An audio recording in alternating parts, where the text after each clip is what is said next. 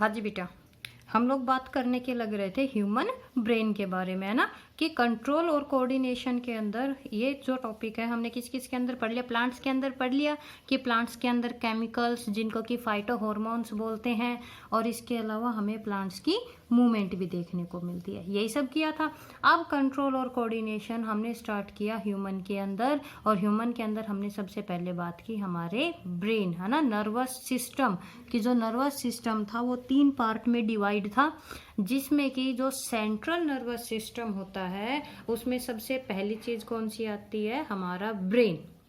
Clear, कि जो brain की लेयर्स होती है, मेम्ब्रेन्स होती है, उनको हम नाम देते हैं मेनिंजेस। अगर आप लोगों को ये डायग्राम क्लियर है तो ध्यान से देखना बेटा। सबसे ऊपर वाली जो मेम्ब्रेन है वो कौन सी है, जिसको कि हम बोलते हैं ड्यूरा मैटर, है ना। देखो बोन, जो हमारी स्कल की बोन होती है वो तो चारों तरफ है, उधर उसके नीचे कौन है, ड्यूरा मैटर। देन उसके बाद में ये एराक्नोइड है, ये देखो ये रहा सब एराक्नोइड स्पेस, ठीक है, जहां पर सेरिब्रोस्पाइनल फ्लूइड रहता है। क्लियर। और जो ये सबसे नीचे की जो ये वाली लेयर आपको देखने के लग रही है, this is known as the pia mater, ठीक है। कुछ मैटर, कुछ पार्टिकल्स वगैरह प्रेजेंट रहते हैं जिनको कि हम नाम देते हैं ग्रे मैटर, और इसके अलावा वाइट मैटर। ये क्या होते हैं, ये चीजें आगे आएंगी। चलो जी, फिर हमने ब्रेन के बारे में पढ़ा, है ना, कि जो ब्रेन होता है उसके 3 पार्ट्स होते हैं, फोर ब्रेन, मिड ब्रेन और इसके अलावा हैंड ब्रेन। तो आज हम सबसे पहले बात करने जा रहे हैं हमारे फोर ब्रेन के बारे में।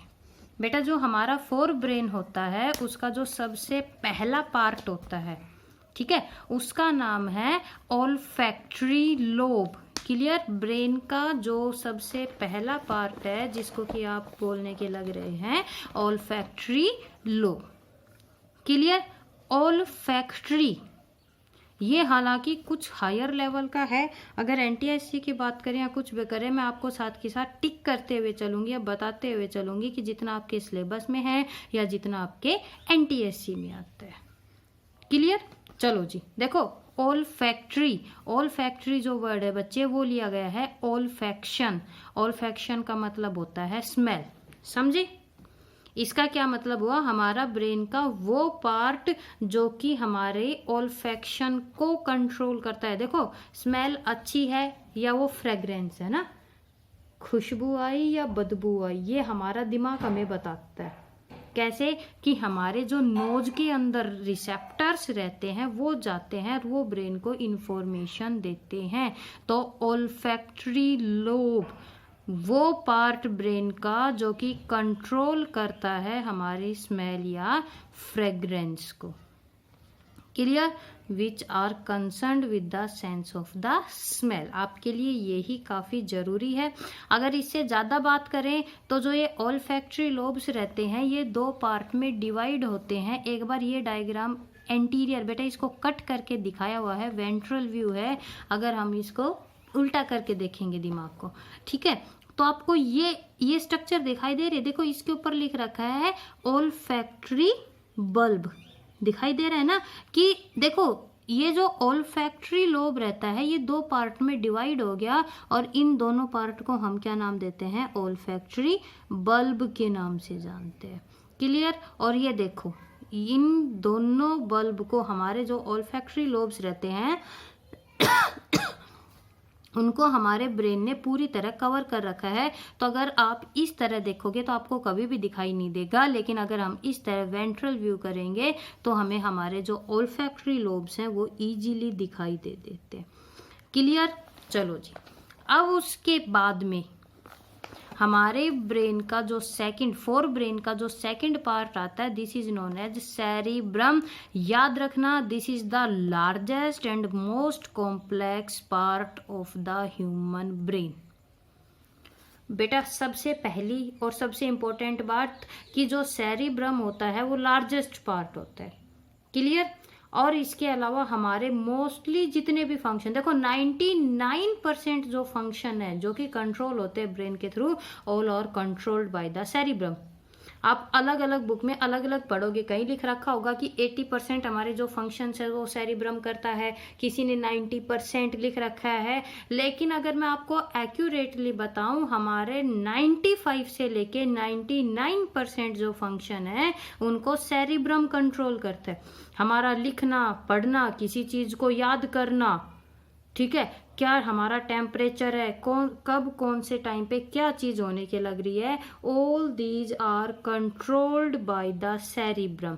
सारे के सारे जितने भी जो काम रहते हैं वो कौन करता है, ये सेरिब्रम ही करता है। और अगर सेरिब्रम को ध्यान से देखोगे, ये देखो ये बीच में लाइन दिख रही है जिसको कि क्या नाम मिला हुआ है, लॉन्गिट्यूडिनल फीचर, ये पूरा सेरिब्रम रहता है बेटा। और सेरिब्रम हमारा 2 हिस्सों में टूट जाता है।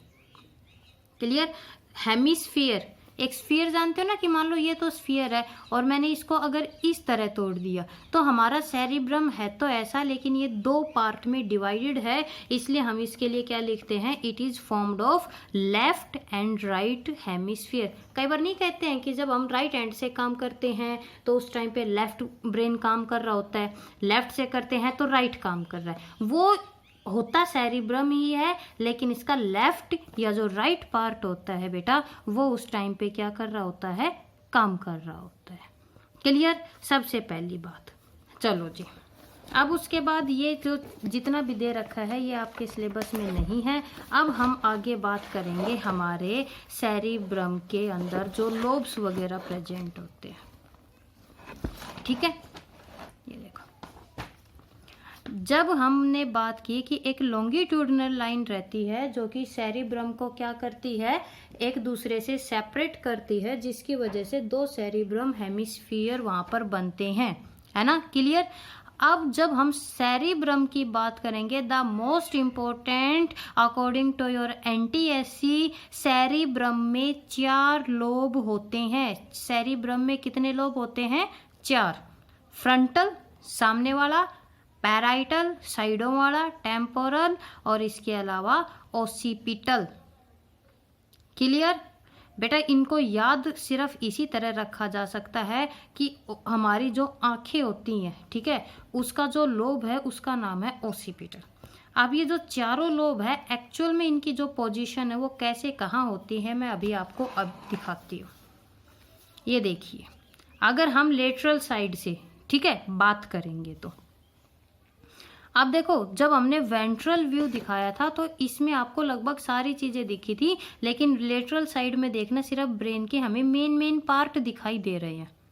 सबसे पहले तो ये टर्म्स क्लियर करो, सल्काई और गायरी। हमारा जो ब्रेन होता है बेटा, देखो उसमें इस तरह उभार होते हैं, कभी ऊपर कभी नीचे, कभी ऊपर कभी नीचे, इस तरह। ठीक है, तो देखो जो ये उबार होता है ना, इसको तो बोलते हैं सल्कस, और जो ये डिप्रेशन जैसे कड़ा बना उसको हम क्या नाम देते हैं, गायरी। ये तो चलो ब्रेन की मार्किंग्स होती है ताकि हमें पता चल जाए कि भाई कहीं पे ब्रेन ऊपर की तरफ जा रहा है, कहीं नीचे की तरफ जा रहा है। जैसे उबड़ खाबड़ जमीन होती है ना, उबड़ खाबड़ जमीन कैसे होती है, कहीं ऊपर है कहीं नीचे, कहीं ऊपर कहीं नीचे, मतलब समतल नहीं है। ठीक है, तो वो जो ऊपर की तरफ उबार होता है उसको तो हम बोलते हैं सल्काई, सल्कस, और जो नीचे की तरफ डिप्रेशन जाएगा उसको हम क्या बोलते हैं, गायरी के नाम से जानते हैं। यहाँ पर मेरा मेन एम है आप लोगों को इसके लोब्स दिखाना। मैंने आपको जो सबसे पहला लोब बताया उसका क्या नाम था, टेम्पोरल, दूसरे का नाम था पैराइटल, है ना, एक और था फ्रंटल, और जो सबसे लास्ट आता है उसका नाम था ओसिपिटल लोब। बिल्कुल सामने, है ना, बिल्कुल सामने जो हमारा लोब रहता है उसका क्या नाम है, फ्रंटल लोब। क्या नाम है बेटा, फ्रंटल लोब। मैंने कहा साइडों में, ठीक है, जैसे हमारे कान है ना, इधर कान के ऊपर की साइड लगा लो ताकि आप लोगों को थोड़ा सा आइडिया हो जाए।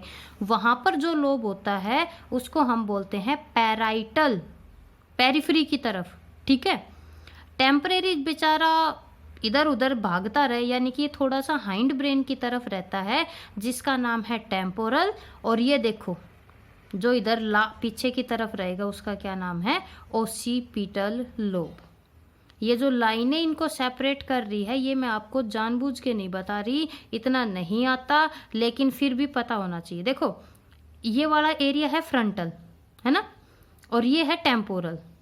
क्लियर, ये पूरा फ्रंटल, ये टेम्पोरल। डार्क लाइनें दिख रही हैं, एक डार्क लाइन ये, एक ये, एक ये, 4 लोब बन रहे। देखो, एक तो इतना वाला, एक ये वाला, एक ये इतना इतना, और एक ये लाइनें जब किसी को अलग करती है, सल्कस का मतलब होता है बेटा सेपरेशन।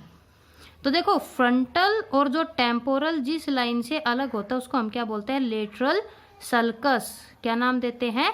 Lateral sulcus. सल्कस मतलब सेपरेशन, लेटरल साइड पे सेपरेशन, जो कि फ्रंटल लोब को और टेम्पोरल लोब को अलग करती है। बिल्कुल सेंटर में, जो कि पैराइटल को और फ्रंटल को अलग करती है, उसको हम क्या बोलते हैं? Central sulcus. और ये देखो, पैराइटल लोब को और ओसिपिटल लोब को जो अलग करती है उसको बोलते हैं पैराइटो ओसिपिटल। बेटा, इतना कोई टिपिकल काम नहीं है। हमने फोर ब्रेन के अंदर ओल्फैक्टरी लोब में तो सिर्फ ये याद रखना है कि 2 लोब्स होते हैं, ठीक है, स्मेल से रिलेटेड रहते हैं। 80% जो हमारा फंक्शन है वो ये कंट्रोल करेगा जिसकी कि हम बात कर रहे हैं। और सेरिब्रम, हम इसके ये जो लोब्स है ये किस लिए पढ़ रहे हैं? क्योंकि इन्हीं के ही काम है। हम ये कहते हैं ना कि हमारा ब्रेन राइटिंग में भी हेल्प करता है, हम लिख रहे हैं, याद कर रहे हैं, हमें कोई चीज़ सालों तक याद रह जाती है। 6th क्लास में आपने क्या पढ़ा होगा, आज भी आपको उसका 20% लर्न है ना। बचपन में साइकिल पर से कब गिरे, कब हमने साइकिल चलानी सीखी थी, हमें याद है। वो हमारी मेमोरीज है जो कि हमारे ब्रेन में स्टोर है। तो ये लोब पढ़ने का हमारा मेन एम ये है कि हमें ये पता चलेगा कि हमारे कौन सा काम कौन सी चीज करने के लग रही है, इसलिए ये लोब्स आए। क्लियर। और NTSC में मुझे कंफर्म नहीं है, जब उसका फर्स्ट फेज का एक बार एग्जाम हुआ था, शायद 2014 या 15 की बात है, तो उसमें पता नहीं शायद या तो पैराइटल लोब का फंक्शन आया था या टेम्पोरल का, मतलब एक के ऊपर क्वेश्चन जरूर आया था। और उसमें मतलब ऑप्शन दे रखे थे कि भाई ये फंक्शन होते हैं, तो ये बताओ ये कौन से लोब का काम है। तो उसमें इन दोनों में से एक आंसर था, पता नहीं पैराइटल था या टेम्पोरल था, बट एक आया था। इसलिए हम पढ़ने के लग रहे हैं कि हमें पर्टिकुलर उसके जो फंक्शंस हैं उनके बारे में पता चल जाएगा कि हाँ भाई कौन से लोब का क्या काम होता है।